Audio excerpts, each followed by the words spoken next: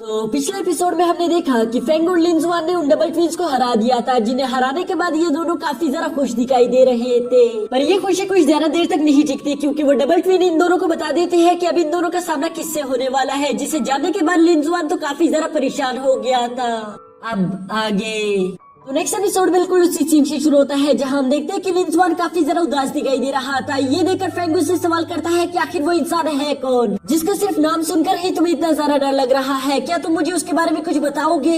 ये सुनकर लिंजुआन उसे बताना शुरू कर देता है कि उसका नाम है बाई चैन और वो एक डार्क एलिमेंट के साथ पैदा हुआ था। उसके पैदा होते ही उसकी माँ ये दुनिया छोड़कर चली गई थी और ऐसा कहा जाता है कि वो अपने बचपन में कभी भी नहीं रोया।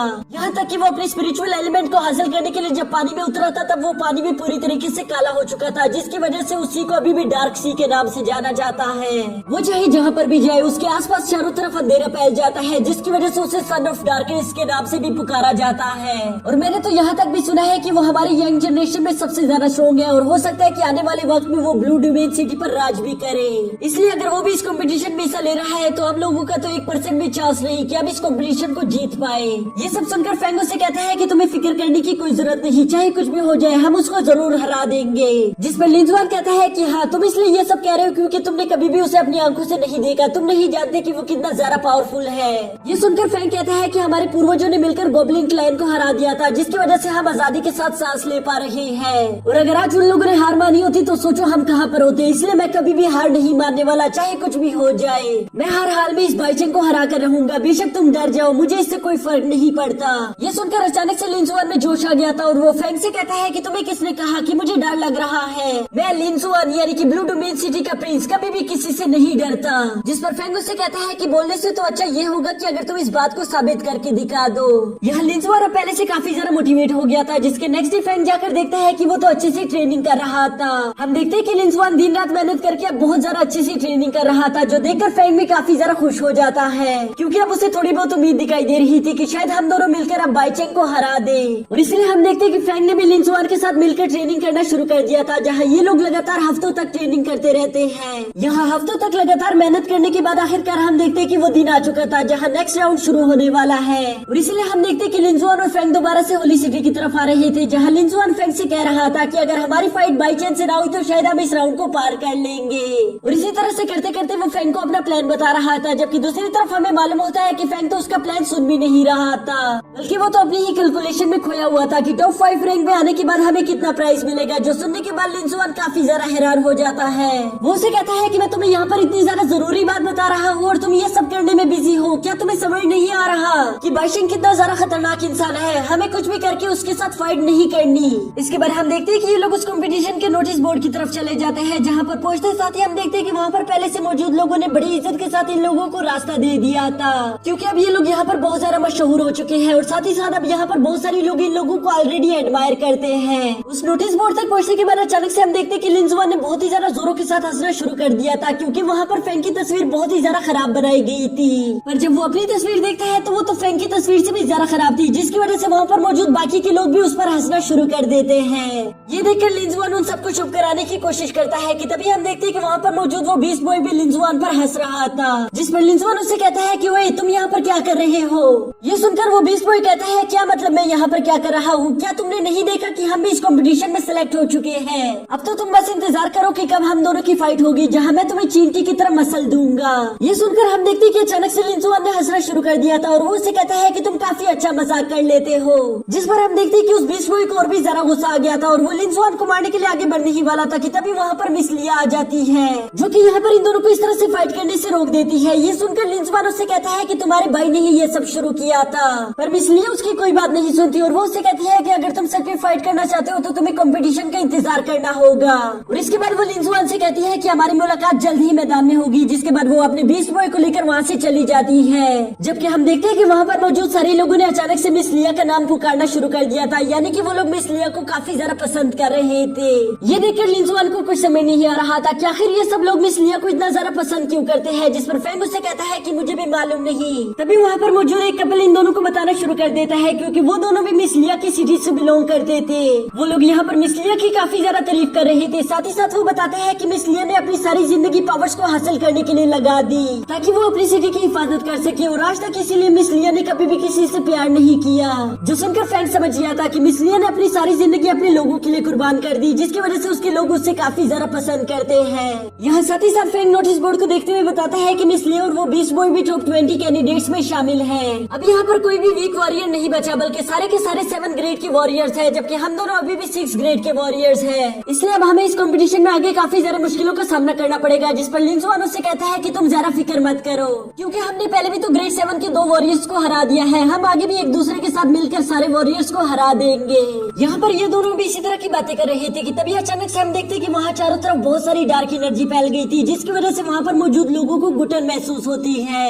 यहाँ चारों तरफ डर का माहौल छा गया था, क्योंकि दूसरी तरफ से हम देखते कि बाइचेन अपने साथी के साथ उसी तरफ आ रहा था। यहाँ पर किसी की भी हिम्मत नहीं हो रही थी कि वो बाइचेन से अपनी नजरें मिला सके, जबकि दूसरी तरफ हम देखते कि लिंजुआन उसे देखकर काफी जरा गुस्से में आ जाता है।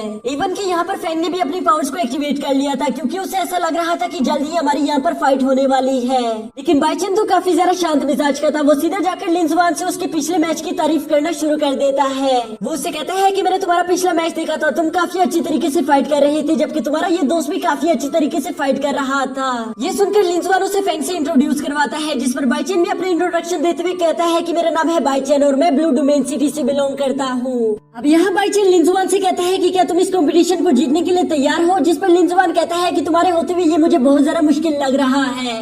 लिंजुआन की मुंह से ऐसी बात सुनकर बाइचेन काफी ज्यादा हैरान हो गया था, इसलिए वो उससे कहता है कि तुम्हें ये उम्मीद नहीं हारनी चाहिए, तुम्हें बस खुद पे भरोसा रखना होगा, क्योंकि तभी तुम इस कंपटीशन को जीत सकते हो। साथ ही साथ वो लिंजुआन से कहता है कि क्या तुम्हें लगता है कि मैं यहाँ पर सबसे ज्यादा स्ट्रॉन्ग हूँ? नहीं, तुम गलत सोच रहे हो। मैं पूरी जनरेशन में इतना भी ज्यादा स्ट्रॉन्ग नहीं, बल्कि मेरे अलावा एक और वॉरियर है जो कि मुझसे भी ज्यादा स्ट्रॉन्ग है। मैं तो हमेशा खुद के लिए फाइट करता हूँ, जबकि वो वॉरियर पूरी इंसानियत के लिए फाइट करता है, और इसलिए वो इंसान मेरा आइडल है। मैं बस उससे ज्यादा स्ट्रॉन्ग बनना चाहता हूँ। यहाँ फ्रैंक उस आदमी के बारे में जानकर अचानक से बहुत ज्यादा शौक हो गया था।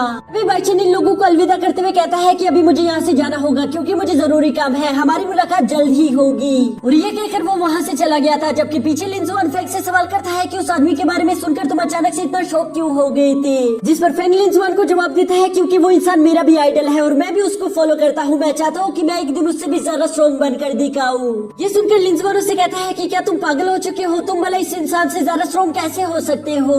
यूं दिन में सपने देखना छोड़ दो। वो अभी यहाँ पर यूं बातें कर ही रहे थे कि तभी अचानक से हम देखते कि उस कॉम्पिटिशन की होस्ट वहाँ पर आ चुकी थी, जो कि इन सब लोगों से कहती है कि तुम लोग जरा साइड पर हो जाओ, मुझे रैंडमली चूज करना होगा कि नेक्स्ट कंपटीशन किस किस के बीच होने वाला है। और ये कहते साथियों से अपने मैजिकल स्टिक का इस्तेमाल करके सामने वाली मशीनरी को एक्टिवेट कर लिया था, जहां बाइचेन की टीम सेलेक्ट हो जाती है और उन लोगों के साथ फाइट करने के लिए रैंडमली लिया की टीम को भी सिलेक्ट कर लिया जाता है, जिस पर हम देखते हैं कि लिंजुआन काफी ज्यादा खुश दिखाई दे रहा था। वो उस बीस्ट बॉय का मजाक बनाते हुए कहता है कि अब मुझे तुम्हारी धुलाई देखते हुए काफी ज्यादा मजा आएगा, जबकि दूसरी तरफ हम देखते हैं कि मिस लिया काफी ज्यादा परेशान दिखाई दे रही थी। अब इसके नेक्स्ट सीन में हम देखते हैं कि वहाँ पर उस कंपटीशन को देखने के लिए पहले से बहुत सारे लोग मौजूद थे, जबकि यहाँ मैदान में लिया की टीम और बाइचेन की टीम भी एक दूसरे के सामने फाइट के लिए पूरी तरह से तैयार खड़ी थी। तभी अचानक हम देखते हैं कि उस लेडी ने इस फाइट को शुरू करवा दिया था, जहाँ सबसे पहले मिस लिया अपनी ग्रीन लोटस की पावर को एक्टिवेट कर लेती है, जबकि दूसरी तरफ वो बीस्ट बॉय भी अपने फॉर्म को चेंज करके पूरी तरह से एक बीस्ट में बदल जाता है। ये देखकर लिंजुआन काफी ज्यादा हैरान हो गया था।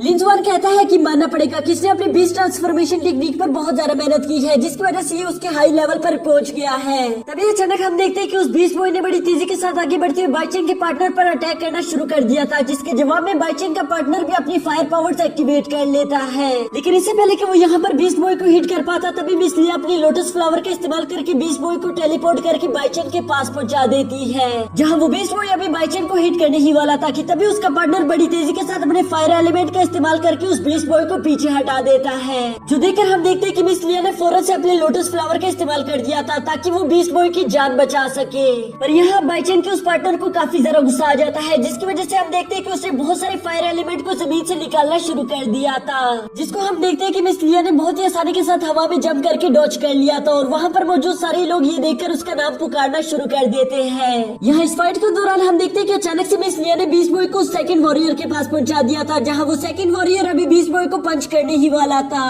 कि तभी मिस लिया अपने लोटस फ्लावर का इस्तेमाल करके उसे वहाँ से टेलीपोर्ट टेलीपोर्ट करके बाइचेन के पास पहुंचा देती है, जिसकी वजह से उसका पंच अभी बाइचेन को लगने ही वाला होता है कि तभी हम देखते हैं कि उसने बहुत ज्यादा जोर लगाकर खुद को रोक दिया था, जिसके बाद अचानक से बिस्ली अपने बीस्ट बॉय को दोबारा से टेलीपोर्ट करके इन दोनों पर भेज देती है, जो देखकर बाइचेन के पार्टनर ने भी उसे हिट करने के लिए जंप कर दिया था, लेकिन तभी बिस्ली इस मौके का फायदा उठाकर उसे टेलीपोर्ट करके वहाँ से दूर भेज देती है, जिसकी वजह से बीस्ट बॉय का रास्ता पूरी तरह से साफ हो चुका था और वो यहाँ पर अभी बाइचेन को हिट करने ही वाला था।